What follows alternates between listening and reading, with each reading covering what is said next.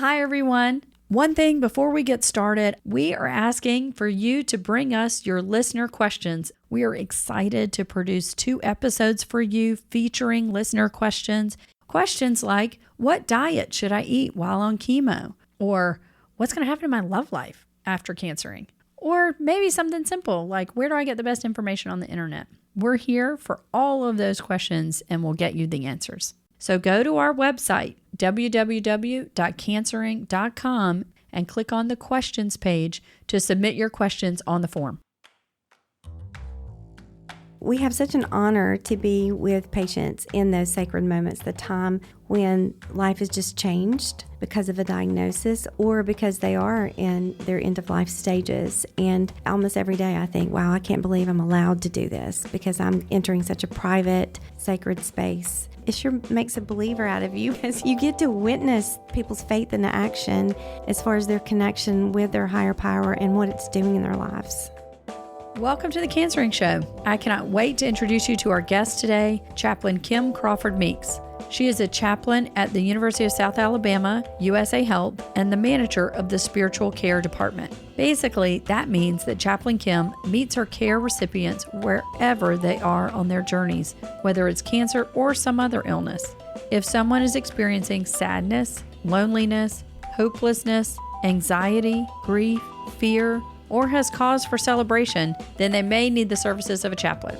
We're going to explore what it's like to work with cancer patients and their families, both in the hospital and in the clinics.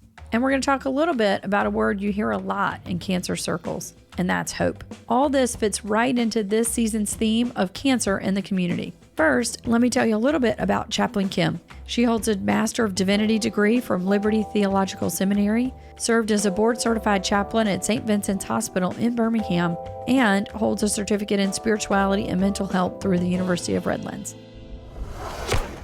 Cancer is just something that we all have to recognize, acknowledge, cope with, live with, struggle with, rage upon, crush, and even thrive with. This show is more than knowing and fighting or beating cancer. It's more than just relaying science, hope, and technology. Together, our purpose is to demystify cancer, take away as much fear out of the diagnosis, treatment, and process as we can, defeat its grip on our lives. This is The Cancering Show. Chaplain Crawford Meeks, welcome to the studio. We're so excited to have you today. Thank you so much. I am very excited to be here. Well, we have been talking about the community of cancer and all the people who surround the cancer patient during the time when they are going through this. And I think it might seem unusual to our listeners to talk about chaplaincy in that community. And, it comes to mind so readily for me because we don't just call chaplains at the end of a diagnosis. We often call chaplains at the beginning of a diagnosis. So talk to me about the times that you get that call from the cancer center. What are some of the things that you hear from patients or from the people caring for them? Absolutely. One of the things we do as chaplains is we step into the journey with our patients. So wherever they are along that journey, we step in with them to be there and to be support. So we come in and try to establish a relationship of care and support, a trust there where they can share whatever it is they're feeling. And because we want them to just be completely raw and pour out to us and to know that they have that support and listening ear. So a lot of times what I hear from them is shock. They'll even say, I don't know what they just said to me. Right. It's hard for them to even process the words that they heard. And of course, fear, maybe anger. The 4 core emotions are mad, sad, glad, and scared. So Dr. Robert Plutchik said he identified 39,000 emotions from those 4 cores. So many, many different emotions are going on when you hear a diagnosis like cancer. Yeah. And, not to put words in anyone's mouth, and not that we believe these to be true, but in women's cancer, sometimes we hear a lot of shame also. And that's not just related to gynecologic cancers or breast cancers, but I think a lot of times patients wonder if they did this to themselves, if it's a lung cancer or a colon cancer, something they took in or something they ate. I think we hear that too. Oh, I agree completely. I think we're bad about trying to figure out what to blame or who to blame for anything in our society. And certainly women will look at it and say, well, what did I do wrong? And that's one thing we want to do, is to assure them that it wasn't their fault. Absolutely. And it's got to be so complex. I know that a lot of things with faith are about finding meaning. And with our patients, we talk about that not just in diagnosis and in kind of finding meaning in the fight against cancer, but also in healing. And at the end of your cancer treatment, really finding something positive to come out of it. But that's got to be very hard for patients, because I think that comes with some sort of like decision that someone caused this to happen to me, or that it was supposed to happen. And that's got to be very complex for patients. It is. It's very complex. The question, why is this happening? Why me? And so often they're afraid to have that question. It's a normal question to have. It's natural. But a lot of times we've been taught by our parents or our churches or whomever that you're not supposed to ask why me, that it's not polite or it's not allowed in your faith system to question God. And that's one of the things I work with patients on, is that it's okay to have any feeling or any question. That's all right to do that. And how do you help patients to process that question, or family members to process that question? I think, first of all, giving themselves permission to ask whatever questions they need to ask, and just be real, because I always remind them that God, or whomever your higher power is, usually there's some kind of relationship there in any belief system. And so you would want to believe that in any relationship you can be real and say how you really feel.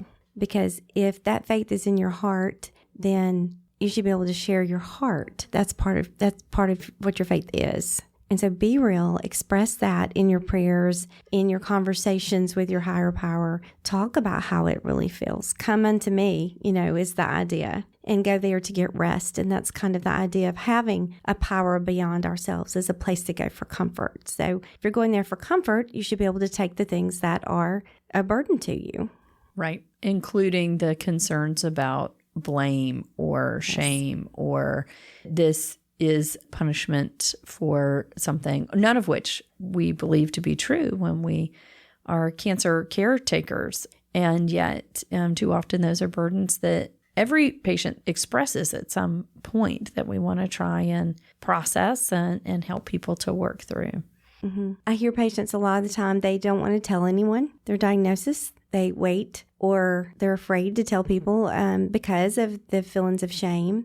And that's sad, because you want them to build a support system and not feel like they have to hide that, or that it is something that's shameful. Right. Mm-hmm. I think that somebody wrote, it probably is Brene Brown, I've been reading a lot of her lately, that the treatment for shame is light, to bring those feelings up to the surface, to express them to the people that you expect condemnation from, and realize that you aren't being condemned, that everybody walks that walk, and that there's nothing to be ashamed of. That's right. I think that's one of the number one jobs we have as support in the hospital, is to normalize their feelings, whatever those may be.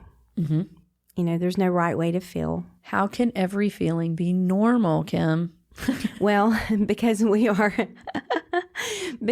I think we have to separate some things. Like, we confuse feelings and faith, and we think if we have feelings, it negates our faith. But the truth is, we are going to have a whole lot of feelings every day. Of those 39,000, if Dr. Plutchik's right about that, it seems he may be, because I feel a lot of those every day. That is an amazing number, actually, yes. When you really think about it. It explains so much about my life. Yes, exactly. Those days when we say, I'm feeling all kinds of things and I don't know why. Well, it's because we're human. Right. So you asked me, how's it normal to have any feelings? Feelings are all over the place, and they come from years ago, they come from right now, they come from the future, because our concerns for the future. Yes. So there's so much influence on our feelings. But the truth is, you can have your faith and you can have your feelings, and one doesn't negate the other. But I hear that a lot at the hospital, that if I feel this way, then it'll take the strength or the hope or the power from my life. It'll take the prayer, that God would turn their back or not give you a certain blessing if you have a certain feeling. Right. No, I love the way that you've expressed that. And I do hear that a lot. Families and patients believe that giving someone negative news takes away their hope, and that or going on hospice or seeking palliative care or even expressing that someone is actively dying is somehow taking away hope. And that therefore will hasten their death. Absolutely. We work so hard to try and make sure that people always have a sense of hope, if not for this life, for the next, if people believe in an afterlife. Yes, definitely. I was a hospice chaplain and I worked with end-of-life situations at the hospital, and I saw it in both places. A lot of times the patients would not know they were in hospice because the family would not allow them to be told for that very reason you just named. And I hear it a lot in the hospital too. They'll say, well, we don't want them to know their diagnosis. Right. We don't want them to know. But certainly you want their hope to be in life here. And if we have a faith beyond ourselves, usually it includes an afterlife. Mm-hmm. So you would want them to have a hope in life here and life eternal, and that to help and actually add to the hope and not take from it. Yeah. What I talk to patients about is that we hope for an end to suffering. We hope for a pain-free existence. And that there's a lot of reasons to be hopeful for quality time, and that doesn't always negate doing hospice or palliative care, because in fact those are the very goals of palliative care. And the other thing I talk about with hospice and palliative care is there's some good data that people live longer on palliative care in certain clinical situations than they do on cancer treatment. So there can still be hope for quantity of life in hospice. Absolutely. Let's move on. I wanted to talk to you about a column you recently wrote, The Kaleidoscope of Life. And it was so interesting. And those sacred moments that chaplains in healthcare settings experience. Can you talk to me and to our listeners about some of those settings and some of those moments? We have such an honor to be with patients in those sacred moments, the time when life has just changed because of a diagnosis or a situation, or because they are in their end-of-life stages. And I think almost every day I think, wow, I can't believe I'm allowed to do this because I'm entering such a private, sacred space. I have seen many patients talk to people that have passed before them while they're still talking to us in the room, and even to different people from the Bible. I'll hear them having conversations.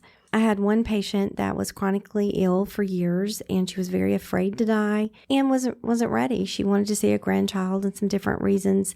But then one day she called me to the room and she said that Jesus was in the corner of the room and told her it was okay now. She didn't have to be afraid anymore and she could go to heaven. And she said, so I'm okay with it now. And she did die soon after that. So that's a sacred moment for her, and the privilege that I had of being in that space with her.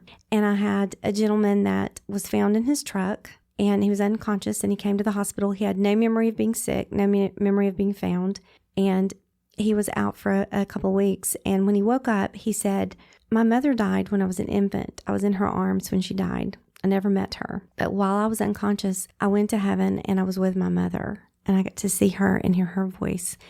And she encouraged me to come back and do some things with my life, and said, I'll see you later when it's time for you to come home. I know. And oh my gosh. My eyes just got so wide. Yes. I can't even imagine. I know. So many stories. I was trying to think. One of the most recent stories I have was during COVID. I was on a COVID unit in the ICU, and I had a patient that had lung cancer. When he was able to talk to us, and he was on his phone and on his computer and all of these things. And one day they said they had a delivery in the lobby. And I said, I'll go get it for you. And so I went down, and there was a woman there, and she said, hey, Kim, you did the baby blessing for my child, and I'm going to have another baby in a month. And I have an envelope for you to take to my dad. He's in room 15. I said, okay, yes, I know your dad. He's one of my patients. And she said, this is the gender of my baby, and we haven't read it yet. We want you to go and open that with him and record him opening it and telling our family the gender of the baby. So my daughter is an ICU nurse, and she happened to be his nurse that day. So oh my gosh. I know the whole thing is just so connected. So she and I got to go in his room and help him with the gender reveal and record on his phone and send it to his family that they were having a boy. And then the next day, the doctor had to talk to him about a ventilator because he just couldn't breathe. And he had to make a decision to go on comfort care or go ahead and try the ventilator. And he knew that there wasn't a very good outcome. Really low chance of him coming off the ventilator. That's right. He was very, very sick. And he chose the ventilator. And he's the only patient I've ever had that had me pack his room to die before he went on a ventilator. He was very meticulous about it, and he would tell me how to wrap up his phone charger, how to put away his laptop. I had to take down the cards and pictures his grandchildren had drawn him and how to put them in his bag without wrinkling those. And he called his wife, and they told one another how much they love each other. It was their last conversation, and he went on the ventilator. And he died the next day. Oh, wow. And I know it's and he's so precious to me, and their family is. We all got very close to them, and we all cried. Doctors, nurses, all of us were crying with him and for him. And he touched our hearts, and I will never forget him. He was precious. And they did have that baby. That little boy is named after him. And it was the most beautiful experience. So sacred space is exactly what that was, that time with him. No, absolutely. And, what it makes me think of is the ways that it impacts your own faith and your own journey. It does. Yeah. It does. You have to really have your own support system and ability to process when you're around all of that. It sure makes a believer out of you because you get to witness people's faith in action as far as their connection with their higher power and what it's doing in their lives. I couldn't think of a better place to take a break. Okay. So we'll come right back with Kim Crawford Meeks, the chaplain at USA Health. On our show, we talk a lot about how important it is to get those cancer screenings on time and to make sure and follow up any abnormal results. This week's community partner is a program that provides free breast and cervical cancer screenings for women in Alabama who meet eligibility guidelines for age and income or who are underinsured. I do want to mention it's available in most states for our listeners outside the state of Alabama. The Alabama Breast and Cervical Early Detection Program offers free services such as pelvic exam, Pap test, clinical breast exam, mammogram, and diagnostic services should you need those for an abnormal exam or test. Those include an ultrasound, colposcopy, or biopsy. Between 1996 and 2021, the program has screened more than 140,000 women in Alabama, detecting thousands of cases of breast and cervical cancer. For our listeners who would like more information about being eligible for these free screenings, you can call the Alabama Breast and Cervical Cancer Early Detection Program toll-free at 1-877-252-3324. That's 1-877-252-3324. Or contact your county health department. So welcome back. We are talking with Chaplain Kim Meeks at USA Health. And we were talking about those sacred moments and how it really shows other people's faith and how it can really increase or even impact your own. There's a term in business called hopium. We've mentioned it briefly on this show, and I think it's really a derogatory term to mean that hope can be addictive. Hope can be problematic if it is unrealistic in a business sense that you keep putting money into something that's not working. And we talked about how that can happen in cancer and cancer care and how to think about the difference between a true hope and hopium. How do you think that word plays into cancer or faith? How's that different from faith? I do think hopium is a real thing. It's a very touchy, controversial term, though, I think, because if you do research on hope and hope with cancer, you're going to find a lot of books that say hope is very good for a cancer patient and that it actually perhaps creates a better outcome for patients that have hope. So absolutely, it's a tough one, but there is this idea that having this hope is something I need to have and have to have. But I think it becomes a problem when you have hope in something, but you have no other options within that hope. Does that make sense? Yeah, no, it does. I feel like I am sometimes retelling the parable of the man in the boat and in the flood. And, he said, God save me. And a man came to his door and offered the patrol car. And then he said, no, God's going to save me. I'm just going to stay in my house. And then he sent a boat. Then he sent a helicopter. And when he got to heaven, he said, God, I thought you were going to save me. And God said, I sent a patrol car, a boat, and a helicopter. What more did you want?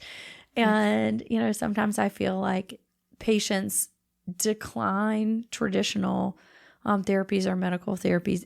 And I worry that maybe are displacing hope or faith in something that without also benefiting from the knowledge that we've gained in Western medicine. Yes, absolutely. How can you have both? Right. Yes. And I think that's the idea, is how can we all work together? And I think faith communities could really help with that by teaching their communities that it's okay to trust your doctor and have faith in your God. I think both are good, and you can have both. And, I've experienced so many situations where families don't want to remove life support because it's at a point where it's given a false sense of life, because perhaps the patient has an anoxic brain injury and there's nothing more we can do medically for the brain. But if we say that, like you said earlier, they say we're being negative or we've been called evil. I've seen doctors fired for saying that, or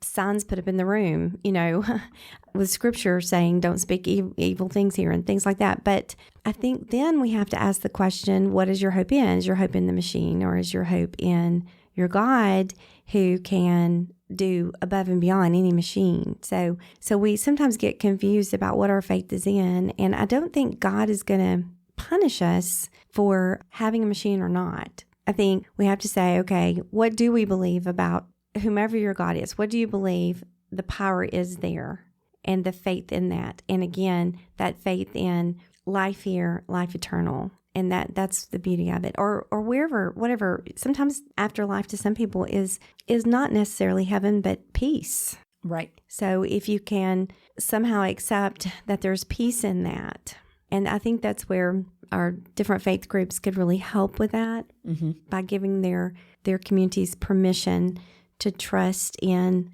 whomever their higher power is that they're worshiping and that they trust. Truly have trust in that they're with you no matter what anyone around you is saying or doing.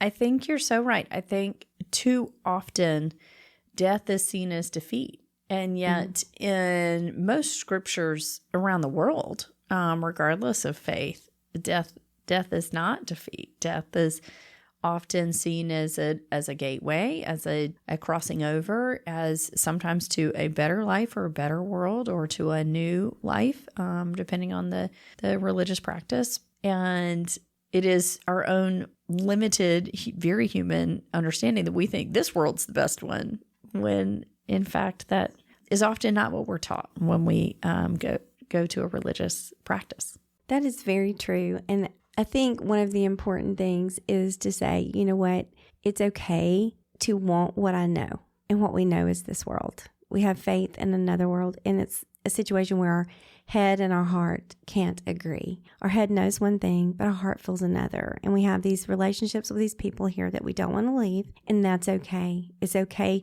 to want to stay with them. It's okay to grieve leaving this life, and it's okay to have hope in the next. And that's the thing, is we're more comfortable with what we know. We're just not comfortable with change.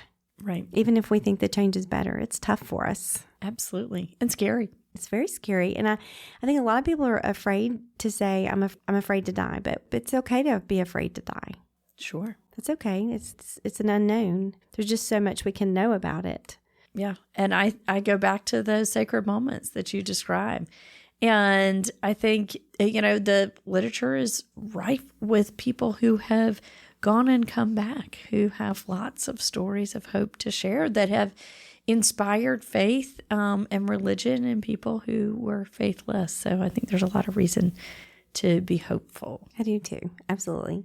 And we talk a lot about this season about community and the communities of people and organizations and communities that surround our patients. Kind of, what does that word mean to you when it comes to the patient or the cancer patient in particular? I think community is defined as the people in your life that can allow you to be who you are and tell the truth about how you feel. And they don't try to tell you how to feel or fix the situation for you, but they're there and they care. To me, that's the best community to have. And that may come in the form of your family or your church, or maybe not. Maybe those are for different purposes. And your community of support that you need is somewhere else and in some other avenue. But to know who your safe people are and to have them around for those times when you absolutely need to be very angry or very sad, and they don't tell you not to cry. I hear people tell family and friends not to cry all the time. It's people that let you cry, let you express your feelings, and they're safe for you, and that's what you need.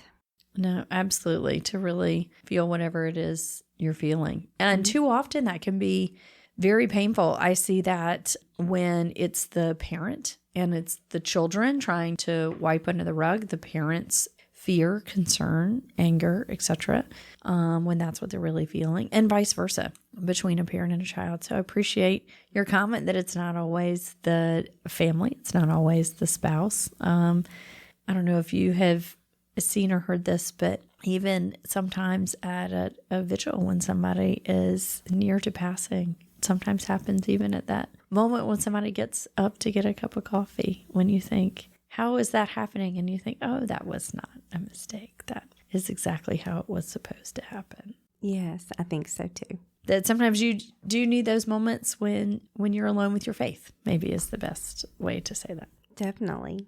Is there anything else you can think of that our Cancering Show listeners should take away from this episode, or from kind of, Kim, what's the one other thing you would want to tell our Cancering Show listeners about chaplaincy or your work? I think my main purpose in all that I do is just to help people understand what people need is for you to say, I'm here and I care. And I've said that so many times on the show, but just to be there for them and to be whatever they need you to be. If it's just a listening ear, that's okay. And one of the things they really worked on us with in our chaplaincy training was how to be quiet with people, that you don't have to have something pretty to say or use bumper sticker ministries, I call them, little phrases that really aren't very helpful to people, that you can actually just say, hey, I'm here for you, and then be silent and let them talk or let them be silent with you. And that's very important, and not to try to say the right thing all the time. I very often say, I know there aren't words to describe what you're feeling, so don't think you have to tell me and try to explain it, but just know that I understand that your feelings go beyond words. And they always say, you're right, they do. And that just normalizes and validates that for them, that they have so much going on. And I remind the nurses at the hospital to say, hey, don't forget I'm here for you if they see somebody upset, even though they know they're there. They've been with them all day. But so often a patient will try to put on a pretty face for a nurse and behave a certain way, if you will. And I tell the nurses, just tell them if you see them upset, say, hey, don't forget I'm here for you. And there's something about those words that really help. But I think a good thing we can do as community to help cancer patients or anyone with dealing with an illness or a tragedy of any kind is, instead of saying, call me if you need me or let me know what you need, to say, hey, Thursday I'm bringing you dinner. Or yes, we're coming Saturday and we're going to clean your house and we're going to mow your grass, or whatever needs to be done. You just go into action, just do things for people, and make sure they know that they can reach out, but that you're also going to show up and you're going to do things, and not to be afraid to actually say the words, I know you're suffering. Don't say, how are you? But I know you're suffering, so I'm here for you, or I understand you have cancer. You can say the word cancer to people. Right. I totally agree. I also think about how your work extends, just as you described, to the community of healthcare providers, how having a chaplain in the building is such a blessing. For lack of a better word, it is the best word, to the healthcare providers, to the team, to the nurse that just needs somebody else to sit with the family because they're so exhausted or overwhelmed. I think of I was an attending, and my first patient was actively dying from her cancer on the floor, and her minister showed up, and I wept because it was my minister. And I was like, I'm so glad you're here. I really needed you. Yes. And I don't think anybody thinks about what all we need sometimes, what the healthcare provider needs. Yes. Healthcare providers do need support. It's very important. And they do see so much and carry so much with them. They care about their patients. You're in this field. If you're a doctor, nurse, social worker, whomever you are at the hospital, you're there because you care about people. And we want people to be able to maintain that and continue to do what they're passionate about.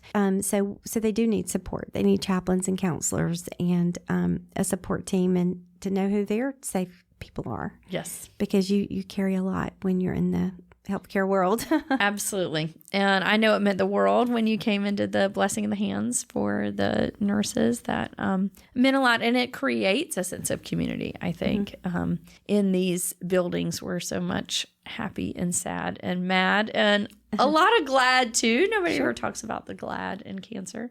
But anyway, thank you again for coming to the studio. We really appreciate your work and you sharing it with our Cancering Show community. Thank you so much for having me.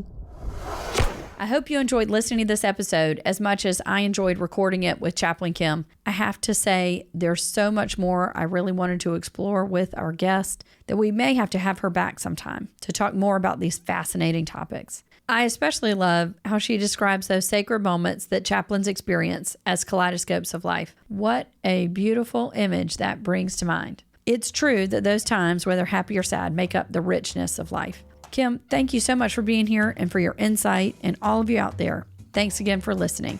And remember, cancering affects us all. Thanks again for listening. And don't forget to submit your questions at www.cancering.com. We're going to be doing 2 special episodes throughout the season. We're here for all of those questions, and we'll get you the answers. This show is brought to you by the University of South Alabama Mitchell Cancer Institute. MCI is a cutting-edge cancer research and patient center built to fight cancer smarter in Mobile and Baldwin County, Alabama. Our researchers and clinicians focus daily on the struggle against cancer, serving a potential catchment population of more than 4.1 million people, with a singular focus of advancing cancer diagnosis, treatment, and prevention throughout the Gulf Coast and beyond, with science, technology, and hope. Want to know more about the Mitchell Cancer Institute? Visit us at usamci.com or search for us on Facebook, Twitter, and Instagram. Mitchell Cancer Institute is a member of USA Health. To learn more about all of our hospitals, clinics, and services, visit usahealthsystem.com.